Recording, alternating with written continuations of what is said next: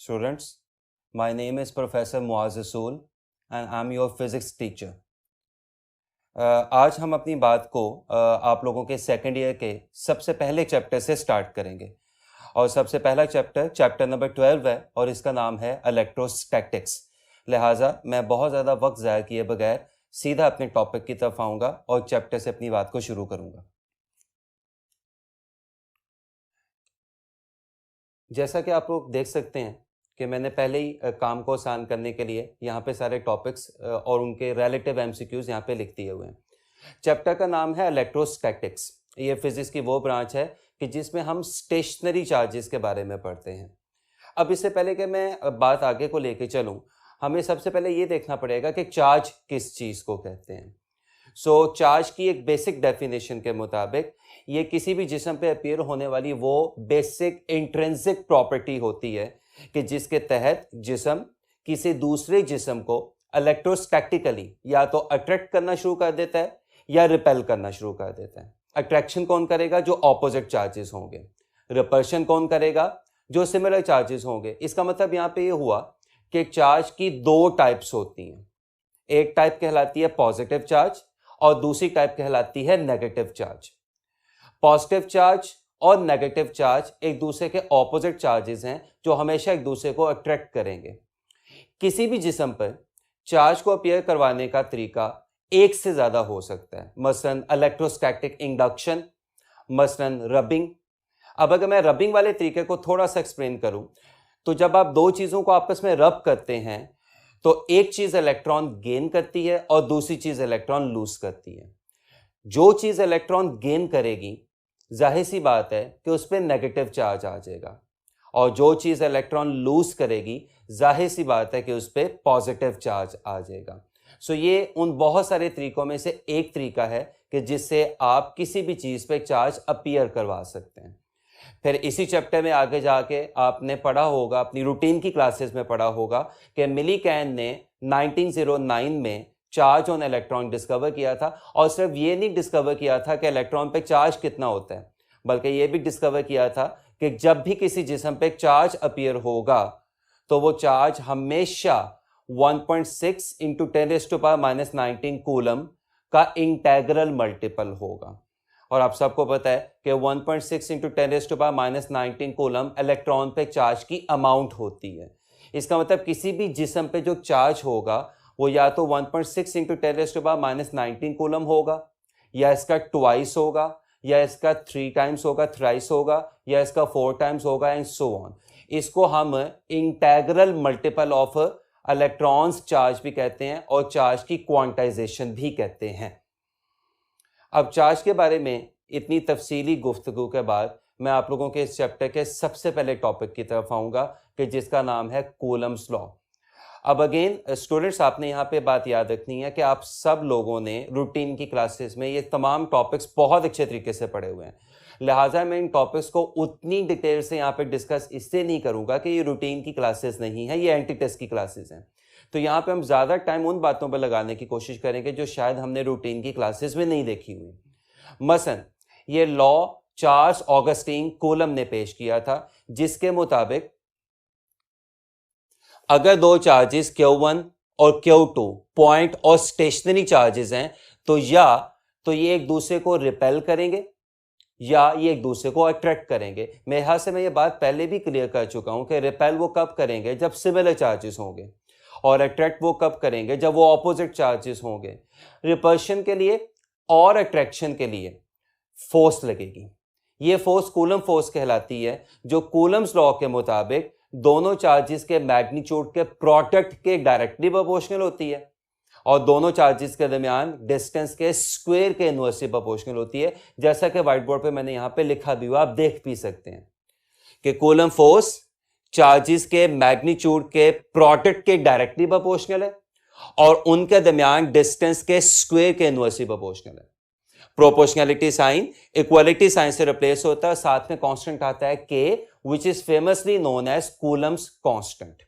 तो यहां से कूलम्स लॉ की इक्वेशन आपको यहां पे बनती दिखाई दे रही है। अब अगर आप इस इक्वेशन में गौर से देखें तो कूलम फोर्स आपको डिस्टेंस के स्क्वायर के इनवर्सली प्रोपोर्शनल दिखाई दे रही है। यही वजह है कि कूलम्स लॉ को न्यूटन ग्रेविटेशनल लॉ की तरह इनवर्स स्क्वायर लॉ कहा जाता है, यानी ये फोर्स डिस्टेंस के नहीं बल्कि डिस्टेंस के स्क्वायर के इनवर्सली प्रोपोर्शनल होती है। अब अगर मैं बात को आगे लेके चलूं, कूलम कांस्टेंट की theoretical value 1/4 pi epsilon not होती है और इसकी मैथमेटिकल वैल्यू भी मैंने यहां पे व्हाइट बोर्ड पे लिख दी है, जो 9 × 10⁹ Newton metre square per coulomb square होती है। इसमें एक और फैक्टर आपको यहां पे आता दिखाई दे रहा है विच इज एप्सिलॉन नॉट, जो कि कहलाता है permittivity of free space.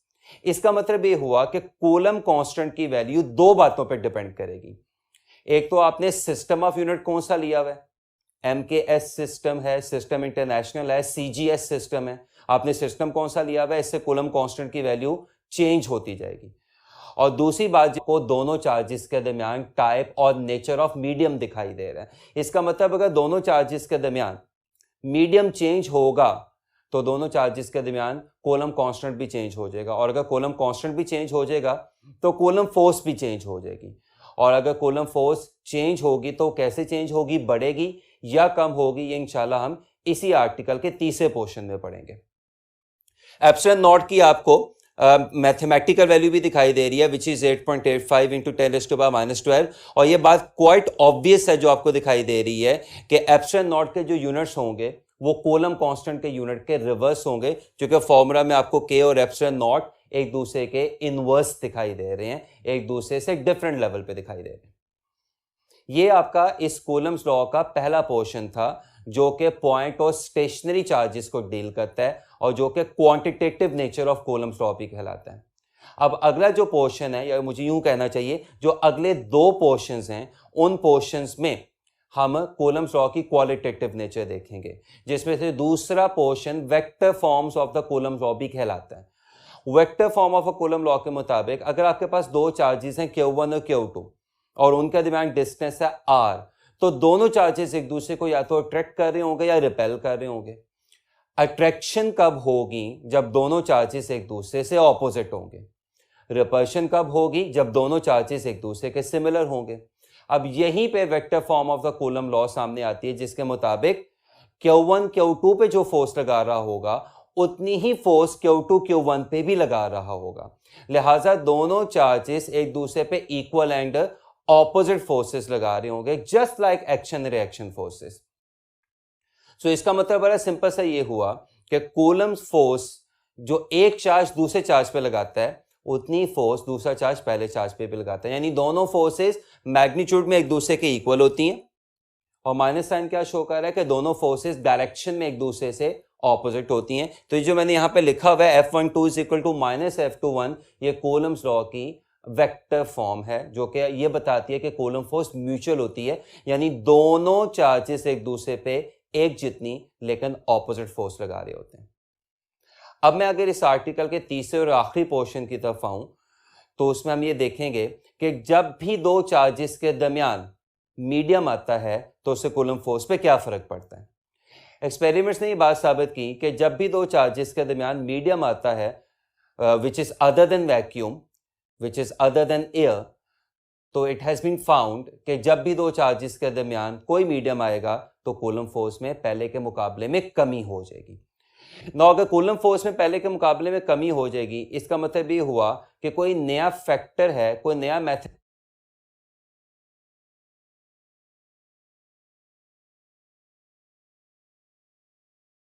Mathematical number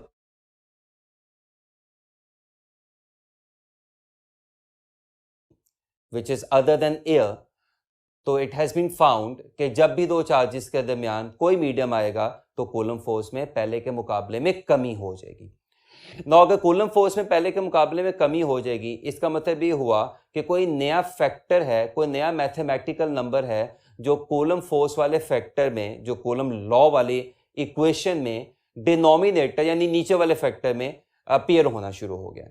ये फॉर्मूला भी आपने अपनी रूटीन की क्लासेस में पढ़ा हुआ है, यहाँ पे भी मैंने ये फॉर्मूला यहाँ पे लिख दिया है ताकि एक दफ़ा फिर रिकॉल हो जाए, ताकि हम फिर सही मानों में जब MCQs की तरफ आएँ तो तमाम फार्मूलाज हमारी फिंगर टिप्स पे हों।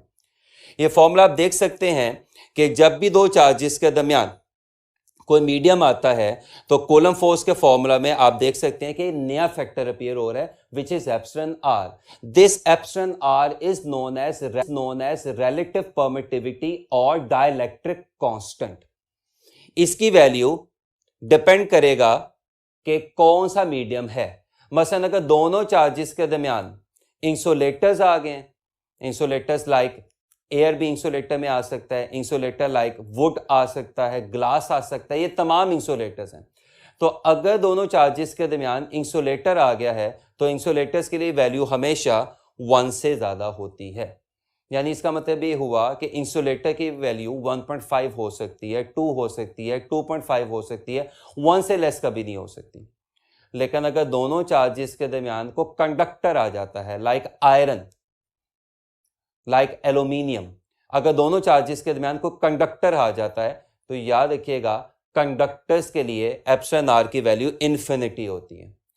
और अब ये बड़ा जगह इन्फिनिटी रिप्लेस कर दूं तो something over infinity is always a zero.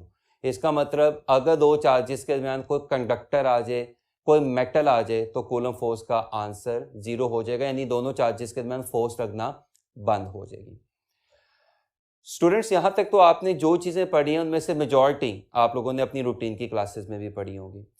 अब मैं एक ऐसा फॉर्मूला यहाँ पे थोड़ा सा शेयर करने लगा हूँ जो शायद आपने सेकंड ईयर में नहीं पढ़ा होगा. वो अलग बात है कि आप लोगों ने फर्स्ट ईयर में फॉर्मूला लाजमन पढ़ा होगा. ये फॉर्मूला आप देख सकते हैं कि इस आर्टिकल के इख्तिताम पे मैंने यहाँ पे लिखा हुआ है कि अगर फर्स्ट करें मेरे पास एक चार्ज पर दो फोर्सेस लग रही हैं, F1 और F2, और उनके दरमियान कोई एंगल है, तो फिर उन फोर्सेस का रिजल्टेंट कैसे निकलेगा. इसके लिए वही फॉर्मूला यूज होता है जो शायद आप लोगों ने फर्स्ट ईयर में, अगर आपको याद हो तो चैप्टर नंबर 2 में पढ़ा था.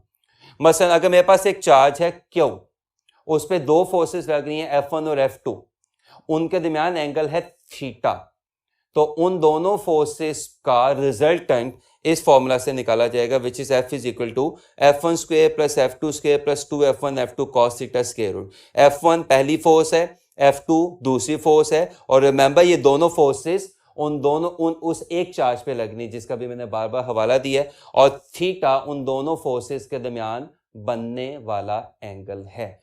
तो अगर आप थोड़ा सा यहां पे ध्यान से देखें कि अगर इन दोनों फोर्सेस के दरमियान एंगल 90 हो, यानी एक ही चार्ज पे दो फोर्सेस लग रही हो और दोनों फोर्सेस एक दूसरे के परपेंडिकुलर हो, तो फिर एंगल 90 हो जाएगा. एंगल 90 रिप्लेस कर दूंगा तो आप सबको पता है कि cos 90 जीरो होता है, और cos 90 जीरो होने का क्या मतलब है कि फॉर्मूला रिड्यूस होके F1 square plus F2 square square root रह जाएगा which is famously known as Pythagoras theorem.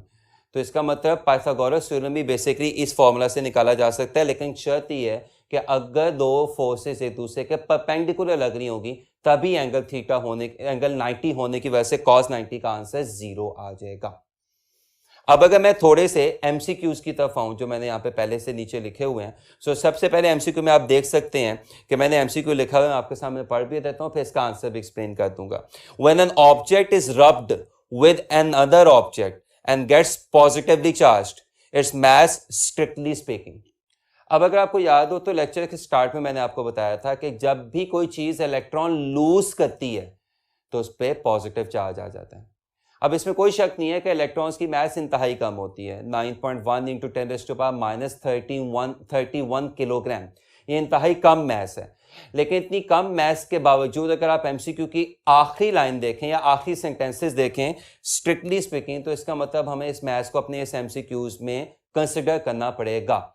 अब अगर आप थोड़ा सा ध्यान से इस एमसीक्यू को देखें तो मेरे ख्याल से आपको आंसर पहले ही आता है. मैं इसको थोड़ा सा एक्सप्लेन कर देता हूं कि अगर कोई चीज पॉजिटिव चार्ज गेन कर लेती है इसका मतलब वो इलेक्ट्रॉन लूज कर गई है, और अगर कोई इलेक्ट्रॉन लूज कर गया है इसका मतलब उस चीज की मास में थोड़ी सी ही सही लेकिन कमी लाजमन होगी. लिहाजा ये जो मैंने एमसीक्यू यहाँ पे लिखा हुआ है इसका आंसर जाहिर सी बात है कि चार्ली आएगा which is decreases.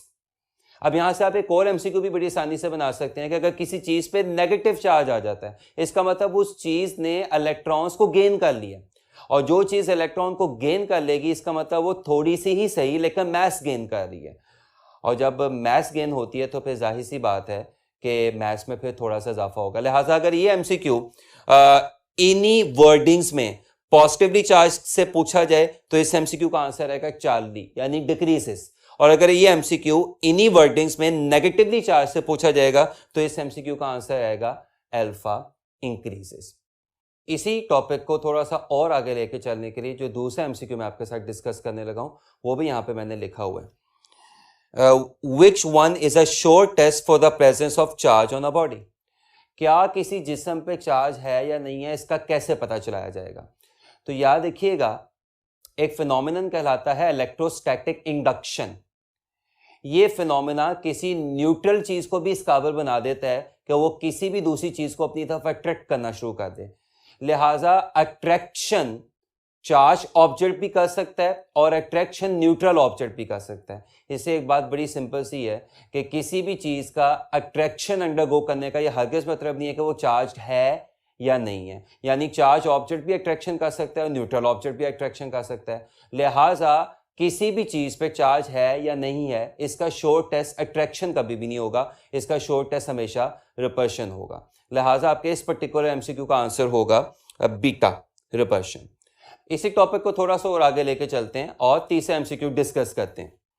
The force between two charges is F if distance between charges increases 2 times and a medium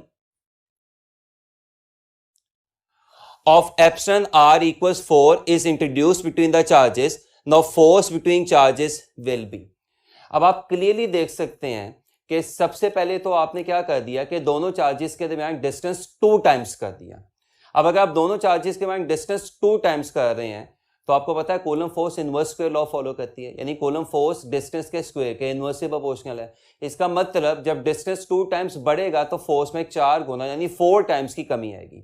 और दूसरी चेंज आप ये कर रहे हैं कि उन दोनों चार्जेस के दरमियान एक मीडियम इंट्रोड्यूस करवा रहे हैं कि जिसका एप्सिलॉन r 4 है। इसका मतलब इस मीडियम के आने की वजह से भी कूलम फोर्स में 4 गुना की कमी आएगी। तो डिस्टेंस के डबल होने से भी कूलम फोर्स 4 गुना कम हो रही है, एप्सिलॉन r के भी 4 गुना ज्यादा होने से कूलम फोर्स 4 गुना कम हो रही है। तो ओवरऑल जो कूलम फोर्स में कमी आएगी वो 16 गुना की आ जाएगी, यानी कूलम फोर्स पहले के मुकाबले में 16 टाइम्स कम हो जाएगी। यानी अगर पहले कूलम फोर्स थी F तो अब जो नई कूलम फोर्स होगी वो F/16 हो जाएगी। टॉपिक को वाइंड अप करने के लिए लास्ट एमसीक्यू, उसके बाद मैं अगले टॉपिक की तरफ चलूंगा। 2 charges plus 4e and plus 8e placed at fixed distance have electrostatic force F. If both charges are given charges of minus 4e, force between them becomes. इस एमसीक्यू में आपको क्लियरली दिखाई दे रहा है कि एक चार्ज की वैल्यू प्लस 4e है और दूसरे चार्ज की वैल्यू प्लस 8e है। ये दोनों एक दूसरे पे जाहिर सी बात है कोई फोर्स लगा रहे होंगे। अब अचानक आपने क्या किया कि दोनों चार्जेस को एक एडिशनल चार्ज दे दिया जो कि माइनस 4e का है। जब आप दोनों चार्जेस को एक एडिशनल चार्ज दे रहे हैं जो कि माइनस 4e का है तो इसके साथ इस चार्ज पे क्या फर्क पड़ेगा कि ये प्लस 8e से प्लस 4e पे आ जाएगा। लेकिन जब आप इस चार्ज को माइनस 4e देंगे तो चूंकि ये चार्ज ऑलरेडी प्लस 4e पे है तो ये चार्ज न्यूट्रल होके 0 हो जाएगा। और जब एक चार्ज 0 हो जाए तो कूलम फॉर्मूला में आपको पता है कि अगर Q1 0 हो जाए या Q2 0 हो जाए तो कूलम फोर्स का आंसर 0 हो जाता है। लिहाजा आपके इस एमसीक्यू का आंसर होगा डेल्टा 0। कूलम लॉ से हम अपने दूसरे आर्टिकल की तरफ चलते हैं जो कि है फील्ड ऑफ फोर्स।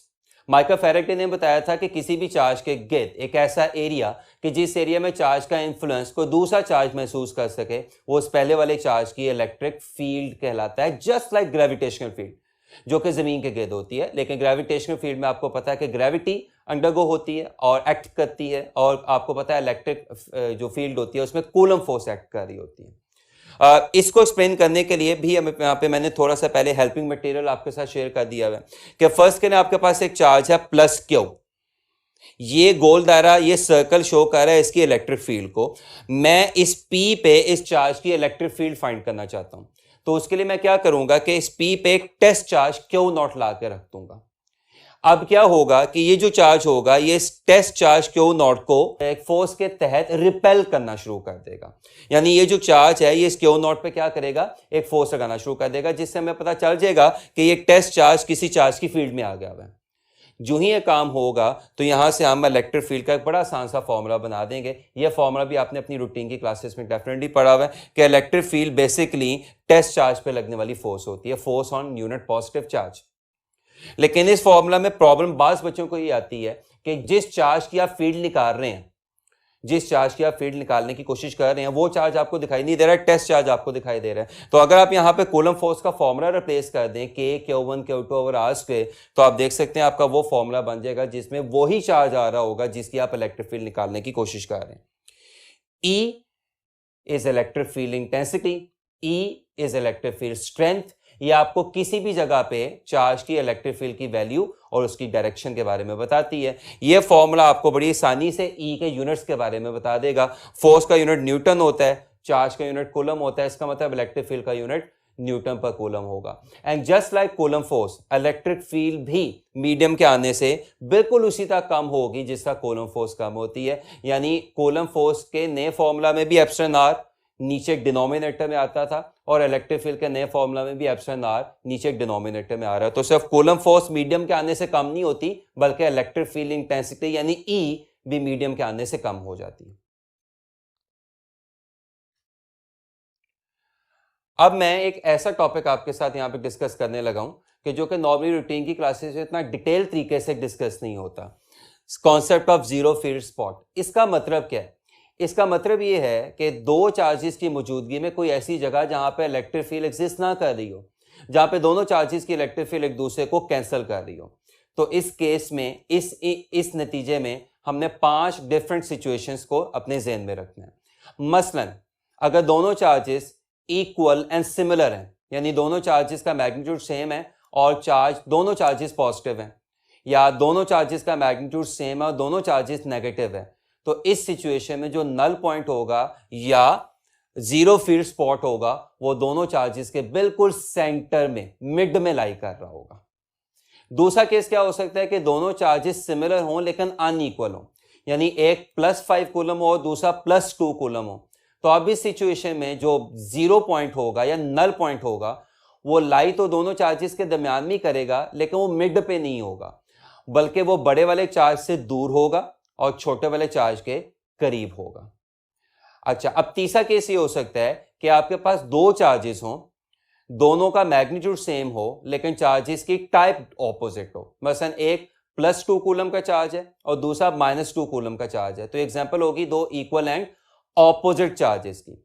अब इस सिचुएशन में नल पॉइंट दरमियान में लाई नहीं करेगा, बल्कि नल पॉइंट दोनों चार्जेस के सराउंडिंग पे लाई करेगा। और चूंकि दोनों चार्जेस का मैग्नीट्यूड सेम है, लिहाजा नल पॉइंट दोनों चार्जेस के एक जितने फासले पे होगा, सराउंडिंग पे होगा और एक जितने फासले पे होगा। चौथा केस ये हो सकता है कि दो चार्जेस एक दूसरे से ऑपोजिट हों और दोनों चार्जेस का मैग्नीट्यूड सेम ना हो, यानी एक चार्ज पॉजिटिव हो, दूसरा चार्ज नेगेटिव हो और दोनों चार्जेस का मैग्नीट्यूड सेम ना हो। मसलन एक +5 कूलम का हो गया, दूसरा -3 कूलम का हो गया, या एक -5 कूलम का हो गया, दूसरा +2 कूलम का हो गया। तो अब इस सिचुएशन में जो नल पॉइंट होगा वो अगेन चार्जेस के दरमियान पे नहीं लाई करेगा, चार्जेस के सराउंडिंग पे लाई करेगा। लेकिन रूल ये है कि इस सिचुएशन में जो नल पॉइंट है वो छोटे वाले चार्ज के सराउंडिंग पे लाई करेगा। और जो पांचवा और आखिरी केस है वो सिंगल चार्ज के लिए, कि सिंगल चार्ज के लिए क्या नल पॉइंट एग्जिस्ट करता है कि नहीं? तो इसका आंसर बड़ा सिंपल है, जी बिल्कुल, सिंगल चार्ज के लिए भी नल पॉइंट एग्जिस्ट करता है और सिंगल चार्ज के लिए नल पॉइंट इन्फिनिटी पे लाई करेगा। इस बात को इंशाल्लाह हम थोड़े से एमसीक्यू से भी समझने की कोशिश करेंगे यहाँ पे भी, और जब हम इस लेक्चर का टेस्ट डिस्कस करेंगे तो उसमें भी। ये जो दो चार्जेस आपको यहाँ पे दिखाई दे रहे हैं, ये दो चार्जेस ऑपोजिट हैं और इनके मैग्नीट्यूड एक दूसरे से डिफरेंट है। यानी एक चार्ज आपको -1 × 10⁻⁶ कूलम दिखाई दे रहा है और दूसरा चार्ज आपको 4 × 10⁻⁶ कूलम दिखाई दे रहा है। नौ इसमें आपको क्लियरली दिखाई दे रहा है कि अभी मैंने आपके साथ तमाम रूल्स डिस्कस किए हैं कि अगर चार्जेस ऑपोजिट हो और मैग्नीट्यूड सेम ना हो तो जो नल पॉइंट होगा वो दोनों चार्जेस के सराउंडिंग पे लाई करेगा, लेकिन किस चार्ज के सराउंडिंग पे लाई करेगा? जो छोटे वाला होगा। इसका मतलब बड़ा सिंपल से ही हुआ कि जो नल पॉइंट होगा वो -1 × 10⁻⁶ कूलम के सराउंडिंग पे आपको लाई करता दिखाई देगा। लिहाजा अगर आप तमाम ऑप्शंस को थोड़ा सा गौर से देखें तो क्या लिखा हुआ है, 3 metre on other side of Q1, 1 metre between charges and close to smaller charge, 3 metre on the other side of Q2 and none of these. तो मैं पहले बता चुका हूं बिटवीन में तो लाई नहीं कर सकता, ये तो मैं आपको पहले बता चुका हूं कि बिटवीन में लाई नहीं कर सकता, चूंकि ऑपोजिट चार्जेस हैं और Q2 का मैग्नीट्यूड बड़ा है, Q2 के भी सराउंडिंग पे लाई नहीं कर सकता, Q1 के सराउंडिंग पे लाई करेगा, लिहाजा आपके इस एमसीक्यू का आंसर होगा अल्फा। बात को थोड़ा सा और आगे लेके चलते हैं और एप्लीकेशंस ऑफ इलेक्ट्रोस्टैटिक्स को डिस्कस करते हैं। अब यहां पे भी याद रखिएगा, रूटीन की क्लासेस की तरह यहां पे हमने पूरा टॉपिक हरगिज नहीं देखने की कोशिश करनी, हमने वो स्टफ देखना है कि जिसमें से एमसीक्यू बन सकते हैं। मसलन पहला ही एमसीक्यू यहां पे अगर आप थोड़ा सा गौर से देखें तो टेक्निकल तरीके से मैं यहां पे लिख चुका हूं, गो के आपको एमसीक्यू की शक्ल में दिखाई नहीं दे रहा होगा। आपकी बुक में, टेक्स्ट बुक में एफएससी की, ऑफ कोर्स उसने एप्लीकेशन, दो एप्लीकेशंस डिस्कस की हुई हैं। पहली एप्लीकेशन है जीरोग्राफी, में से आपको इनके मीनिंग आते ही होंगे कि जीरो का मतलब होता है ड्राई, ग्राफोस का मतलब होता है राइटिंग, तो जीरोग्राफी बेसिकली फोटोकॉपियर होता है विच इज ड्राई राइटिंग। और दूसरी एप्लीकेशन जो उसने डिस्कस की हुई है that is inkjet printer which is wet writing. Xerography में जो आपको बातें थोड़ी सी याद रखनी है, वो क्या याद रखनी है कि जो मेन मशीन होती है उसका जो हार्ट होता है, ये आपकी बुक की लाइन में यूज कर रहा हूं, वो एल्यूमिनियम का एक सिलेंडर होता है और एल्यूमिनियम एक बहुत अच्छा कंडक्टर है, लेकिन उसके ऊपर एक तय बड़ी फाइन सी कोटिंग हुई होती है सिलीनियम की which is a photo conductor. Now photo conductor का मतलब बड़ा सिंपल सा ये है कि ये ऐसा सब्सटेंस है कि जो कि अंधेरे में इंसुलेटर हो जाएगा और रोशनी में कंडक्टर हो जाएगा। उसके बाद जो आपको इसमें पता होना चाहिए, वो ये पता होना चाहिए कि जो भी आपने फोटोकॉपी करनी है वो किसी इंक की मदद से ही करनी है। चूंकि ये ड्राई राइटिंग है, लिहाजा यहाँ पे जो इंक यूज होगी that is a black coloured powder which is known as toner, कि जिसपे नेगेटिव चार्ज होता है। और इस इंक को आपने जिस भी कागज पे, जिस भी पेज पे प्रिंट करवाना होता है फोटोकॉपी के लिए, तो उस कागज पे पॉजिटिव चार्ज होता है, तभी वो नेगेटिव टोनर उस कागज के साथ जो कि पॉजिटिवली चार्ज है चिपक सकता है और वो फिर प्रिंटर की शक्ल में मशीन से बाहर आ जाता है। दूसरी किस्म की जो आपको राइटिंग यहाँ पे एप्लीकेशन दिखाई दे रही है दैट इज इंकजेट प्रिंटर। और इंकजेट प्रिंटर का जहां तक ताल्लुक है, ये किसको शो कर रहा है? ये वेट राइटिंग को शो कर रहा है। नो, वेट राइटिंग का जहां तक ताल्लुक है, वेट राइटिंग का मतलब ये है कि इसमें जो इंक यूज होगी वो लिक्विड फॉर्म में यूज होगी, वेट फॉर्म में यूज होगी। अब वेट फॉर्म में जो इंक यूज होती है उसका रूल बड़ा सिंपल है कि जो प्रिंट हेड की नोजल होती है वो इंक्स के ड्रॉपलेट्स को मॉलिक्यूल्स की शक्ल में, कतरों की शक्ल में फायर कर रही होती है पेपर की तरफ, लेकिन उससे पहले उन ड्रॉपलेट्स को दो किस्म की प्लेट्स में से पास करना पड़ता है। पहली प्लेट कहलाती है चार्जिंग इलेक्ट्रोड्स और दूसरी प्लेट कहलाती है डिफ्लेक्शन प्लेट्स। अगर प्रिंटिंग नहीं करवानी होती है तो चार्जिंग इलेक्ट्रोड्स ऑन हो जाते हैं, और जब चार्जिंग इलेक्ट्रोड्स ऑन हो जाते हैं तो उनमें से गुजरने वाले जो इंक के मॉलिक्यूल्स हैं उन पर चार्ज अपीयर हो जाता है, और जब उन पर चार्ज अपीयर हो जाता है तो वो डिफ्लेक्शन प्लेट्स में से गुजरने के बाद डिफ्लेक्ट होकर कागज की तरफ जाने की बजाय गट्टर की तरफ जाना शुरू हो जाते हैं। और जब आपने प्रिंटिंग करवानी होती है तो चार्जिंग इलेक्ट्रोड्स ऑफ हो जाते हैं, और जब चार्जिंग इलेक्ट्रोड्स ऑफ हो जाते हैं तो उनमें से गुजरने वाले जो इंक के मॉलिक्यूल्स होते हैं उन पर कोई चार्ज नहीं आता। लिहाजा ये जो डिफ्लेक्शन प्लेट्स हैं ये अपने में से गुजरने वाले चार्जेस को अब कुछ भी नहीं कह सकती, अपने में से गुजरने वाले इंक के मॉलिक्यूल्स को या इंक के ड्रॉपलेट्स को कुछ भी इसलिए नहीं कह सकती कि वो न्यूट्रल हैं। लिहाजा वो जो इंक के ड्रॉपलेट्स होते हैं वो दोनों प्लेट्स में से गुजरने के बाद सीधा कागज पे जाके गिरते हैं और प्रिंटिंग होनी शुरू हो जाती है। आगे चलते हैं थोड़ा सा।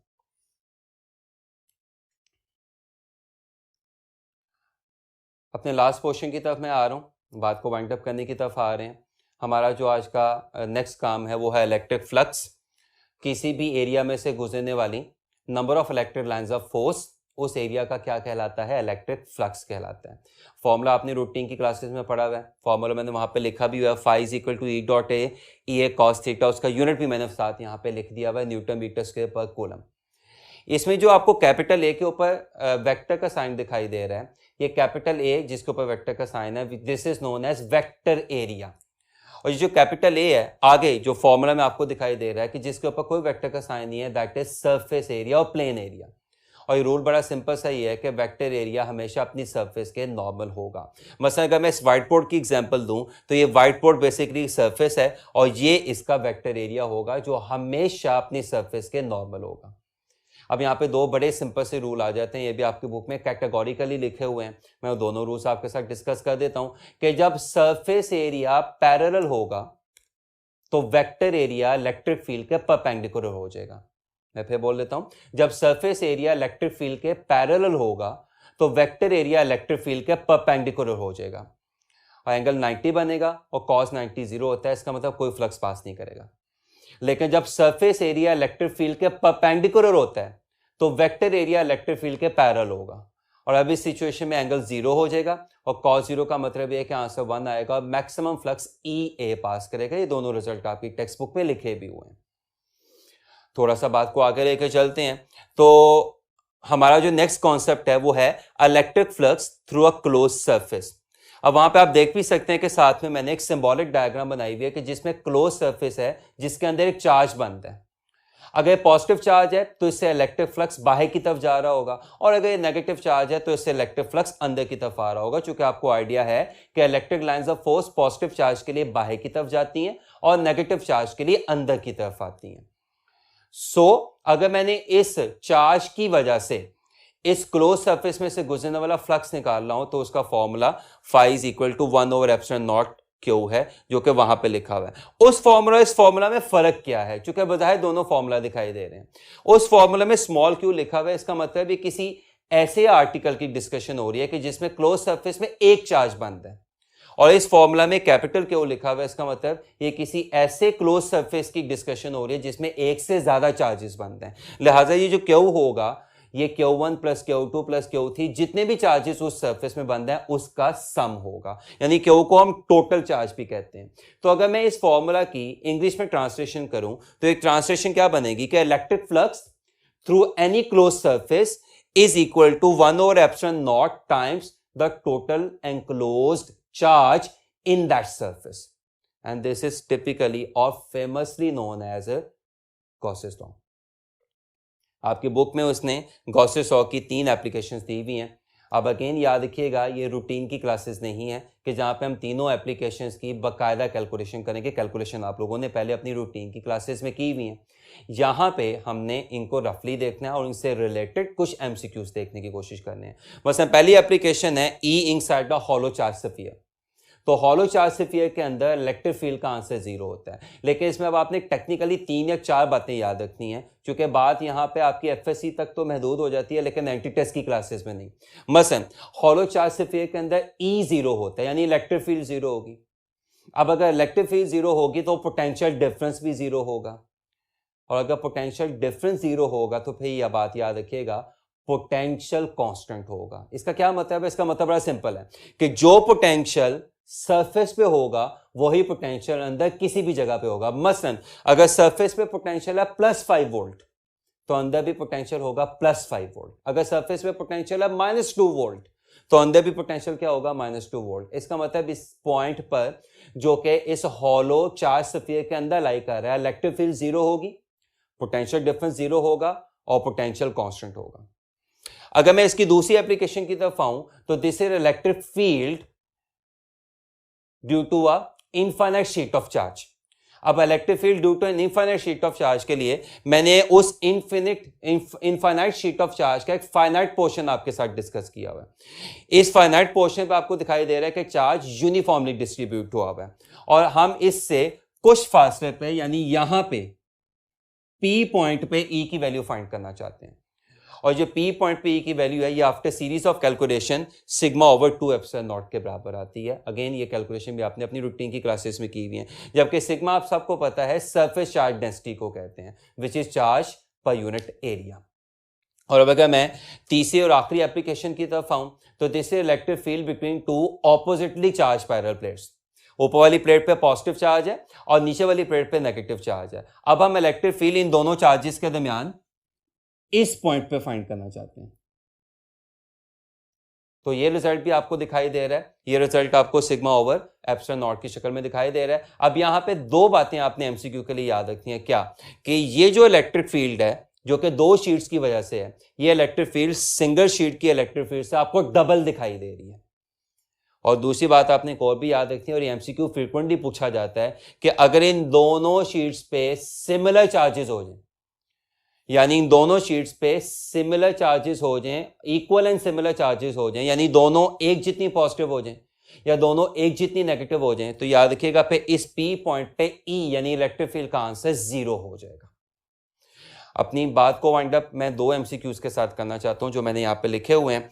मसलन if there are 5 charges of value +5c, -3c, +4c, -2c and -4c inside a hollow metal sphere, then total electric flux through a metal sphere is।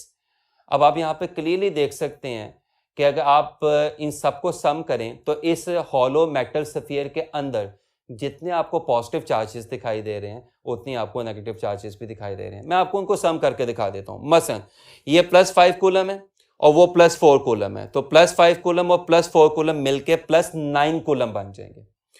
और जो माइनस वाले चार्जेस हैं वो -3 कूलम है, ये -2 कूलम है, -4 कूलम है, और ये आपस में ऐड होकर ये भी -9 कूलम बन जाएंगे। इसका मतलब इस हॉलो स्फीयर के अंदर प्लस चार्जेस की तादाद भी 9 कूलम है और माइनस चार्जेस यानी नेगेटिव चार्जेस की तादाद भी 9 कूलम है, तो टोटल चार्जेस की वैल्यूज 0 हो जाएगी। और गॉसेस लॉ के मुताबिक अगर चार्ज 0 हो जाएगा तो फिर इलेक्ट्रिक फ्लक्स भी 0 हो जाएगा। इसका मतलब इस सरफेस में से कोई इलेक्ट्रिक फ्लक्स जनरेट नहीं हो रहा होगा, निकल नहीं रहा होगा, ना टर्मिनेट हो रहा होगा। इसका मतलब आपके इस एमसीक्यू का आंसर होगा 0।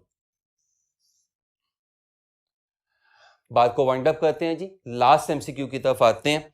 लास्ट एमसीक्यू ये है, if E is electric field near an infinite sheet of charge and E dash is electric field between two similarly charged parallel plates, then which is correct relation। अभी अगर आपको याद हो तो मैंने बताया कि ये जो तीसरी एप्लीकेशन है इसमें इलेक्ट्रिक फील्ड दूसरी एप्लीकेशन से ट्वाइस है, लेकिन अगर आप एमसीक्यू की स्टेटमेंट को थोड़ा सा गौर से पढ़ें तो आपको स्टेटमेंट में दिखाई दे रहा होगा, जो क्लियर वर्ड आपको यहां पे लिखा दिखाई दे रहा है, between two similarly charged parallel plates.